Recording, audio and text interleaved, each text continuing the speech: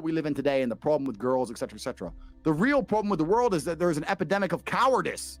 It's on the other side of fear that you're going to garner the respect of other individuals. You have to do things that they're afraid to do, meaning most likely you are also afraid. I've done a bunch of shit I was afraid. I was afraid 87 times before I got in the ring and cage. It's scary, right? I lived a scary life. But by going through all of that, I am now respected. You have to learn to face your fear. I'm not saying not be afraid, because that's not brave. If you do something and you're not afraid, you're not brave. You have to be afraid and do it anyway. That's what courage is. So I'm not saying you can be as scared as you want, but you still have to go. This also ties into why you need to create your reality. I'll give you an example, man. Everybody around me is brave. I don't hang around with cowards. You have to understand that I've created my reality to the point now where I can only make the bravest decision because everybody I speak to is brave. There's no bitchness in my realm.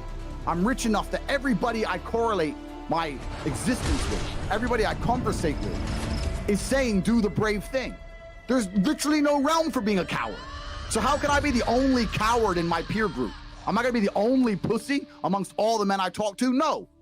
They say you're the sum of the 5 people you spend the most time with. So even if you're sitting here right now and you know you're a little bitch, why are you not hanging around with brave men? Because there's a magical power amongst men. And it's a magical power which has been forgotten and lost.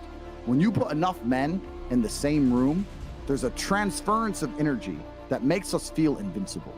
I say all the time, your friends should bring out the worst in you. And when I say the worst, I mean, you know, when you're with your boys and you're loud, and you feel aggressive and you're about it and you'll talk to that bitch, who cares if she says no?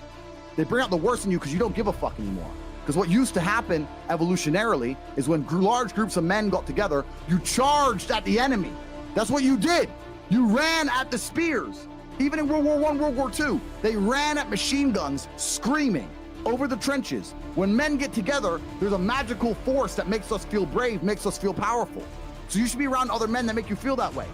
There ain't a bitch alive who can drag me down. You can't make me sad. I'm with my team. So most of these pussies are hanging around pussies, wondering why they're pussies. You deserve it. You need to create your reality.